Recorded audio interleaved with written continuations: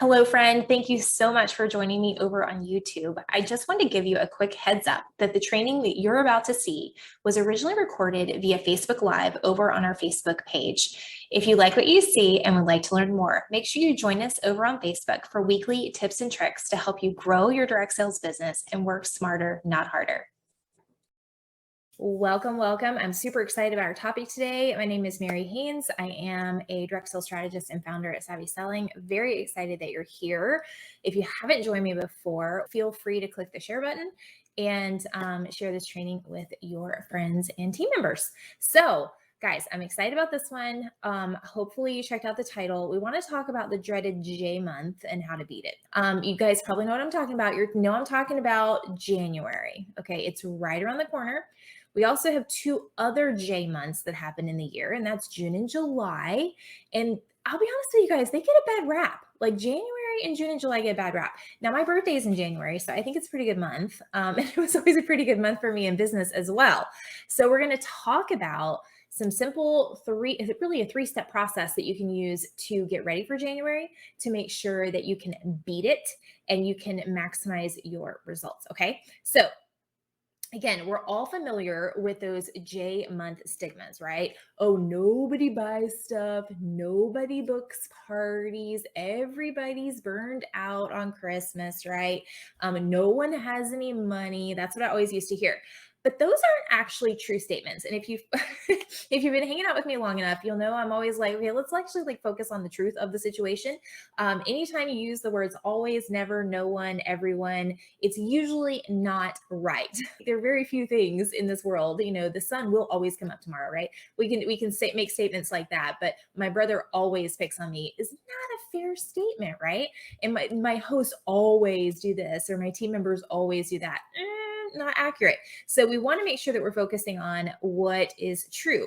So sure, some people have no extra money after the holidays, right? That's true. Some people don't want to host, and some hosts can get a little flaky, but not every host, right? So, but the kind of flip side of that, lots of people are still shopping because they realized they needed some stuff in their homes, in their businesses, whatever, during the holidays, right? They're like, oh, I needed that thing. Why didn't I have that thing? Now I need to go buy it. Lots of people are still hosting for the same reason, because they have some stuff. Lots of people will also have Christmas money to burn. Don't forget about that. And for lots of people, January marks kind of getting back into routines in normal life. So hosting a party and shopping actually make a lot of sense. And lots of people are in need of extra cash after those holiday spending sprees, right? And I just want to be real with you guys. January, June, and July were typically some of my best months of the year. And I'm going to walk you through why that is. Okay. Because I had a plan and I worked the plan. So let's talk about 3 simple steps to beating the J months. And we're specifically talking about January right now, but as you're thinking, as you kind of, get into June and July over next summer, kind of keep these in the back of your head. Okay. So step number 1 is we're not going to overthink. Okay. Just like, don't overthink. This is a real mindset issue that a lot of direct sellers have, because the stigma is there for January and June and July, and there are other months, for different businesses. They're just like, that's a bad month.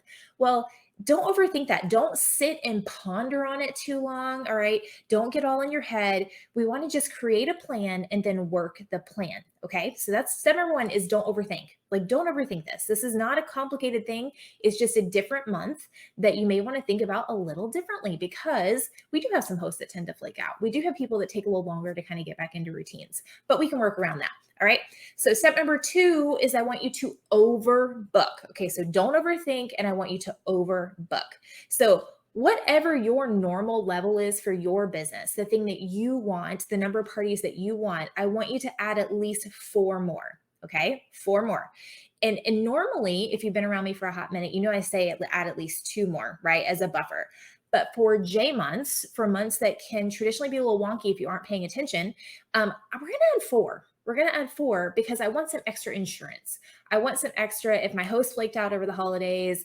January is also a time, if you live in cold climates or really anywhere, people get sick. So there's lots of different things that could be happening there.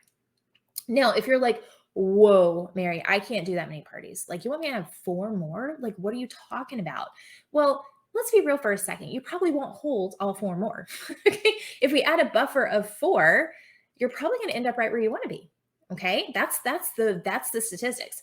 But the worst case scenario, let's walk through the worst case scenario. If you book how many you want, okay, I'm going to use 12 as an example. That was kind of a sweet spot for me. As a leader of a large team, I found that 12 was like, I can be consistent. I can do all the things at 12. When I was really growing my team, it was 16 to 20. Okay. So if let's say, pretend that my goal is 12 per month. If I have 16, it's only one extra party a week, right? It may meet some crazy weeks if it doesn't work out on exact averages. But here's the worst case scenario, friends. Here's the worst case scenario. If you have 16 parties, or if you're normally at 8, you have 12. All right. Here's the worst case scenario. They all hold and are all stellar, and you start 2023 with a bang. That is the absolute worst case scenario. Okay. You start out with incredible momentum in the first month of the year that most people say is a bad month. Make sense? Okay. So I want you to overbook. I also don't want you to fall into the trap because of J months. A lot of companies do special host incentives for January, right? So I don't want you to also fall in the trap of thinking that bookings will just fall in your lap because it's a really good host special. That's not the only reason people book parties, guys. It's just not. And if you've taken the 4-week fix with me, you know that's true.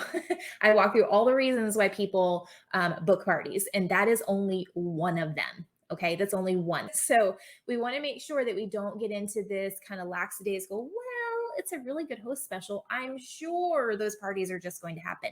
No, they're not. I want you to be very intentional about booking the parties that you want and then adding 4 more as insurance. We're going to overbook. And then step number 3, guys, is I want you to over communicate. And what I mean by that is I want you to keep in touch with your January hosts, because if you're like anybody else during the season, your life is crazy. And so your hosts, your party guests, they're the same. Even your team members are the same. We're juggling lots of things. We're wrapping presents and we're traveling and we're doing lots of Christmas parties and cooking and all these other fun things, all these events, right? And so it's really hard to remember what you committed to in January because it's just crazy. So I want you to over communicate with your hosts, and that starts now. If you've got it probably should have already started, but that's okay. You can catch up. If you've got January hosts, you need to be sending them a happy holidays message, Merry Christmas message, maybe send them a quick tip related to your product. If you've got some hacks or videos or something else that you're doing, just say, hey, I am so excited about our party coming up in January, but I wanted to send you this quick tip if you're struggling with, X, Y, and Z over the holidays, right?